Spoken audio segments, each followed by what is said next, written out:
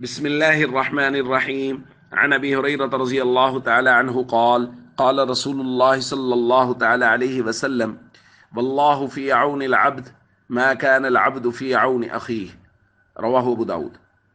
नबी करीम सल्लल्लाहु अलैहि वसल्लम ने इरशाद फरमाया, जब तक बंदा किसी दूसरे बंदे की मदद में रहता है, अल्लाह की खुसूसी मदद इस बंदे के शामिल हाल रहती है। दोस्तों, इस बात का बहैसियत मुसलमान हम सबको यकीन है कि जिस बंदे के साथ अल्लाह की मदद शामिल हाल हो, वो बंदा कभी भी नाकाम नहीं हो सकता। और अल्लाह की मदद हासिल करने के लिए अल्लाह के नबी सल्लल्लाहु अलैहि वसल्लम ने जो बेहतरीन नुस्खा बयान फरमाया है वो ये है कि बंदा बंदे की मदद करता रहे, ज़रूरतमंद लोगों के काम आता रहे, तो अल्लाह की खुसूसी मदद शामिल हाल हो जाती है। इस वक्त जो मुल्क की सूरत हाल है और जो सैलाब ज़दा इलाके हैं, जो आफत ज़दा इलाके हैं, उन लोगों में बहुत सारे लोग काम कर रहे हैं।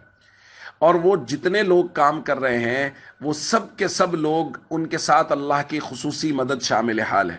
अगर हम चाहते हैं कि हमारे उमूर में अल्लाह की मदद शामिल हाल हो जाए, और अगर हम चाहते हैं कि हमारे शब व रोज़ दिन ब दिन तरक्की और बेहतरी की तरफ जाएं, तो हमें चाहिए कि इस वक्त मुसीबत में फंसे हुए लोगों की मदद करें।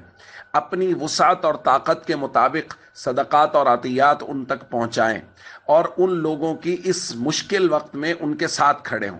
अगर हम मुसलमान भाइयों के साथ, इंसानों के साथ और इंसानियत के साथ खड़े होंगे, तो अल्लाह की खुसूसी मदद हमारे शामिल हाल रहेगी, और जिसके साथ अल्लाह की मदद होती है वो कभी नाकाम नहीं होता।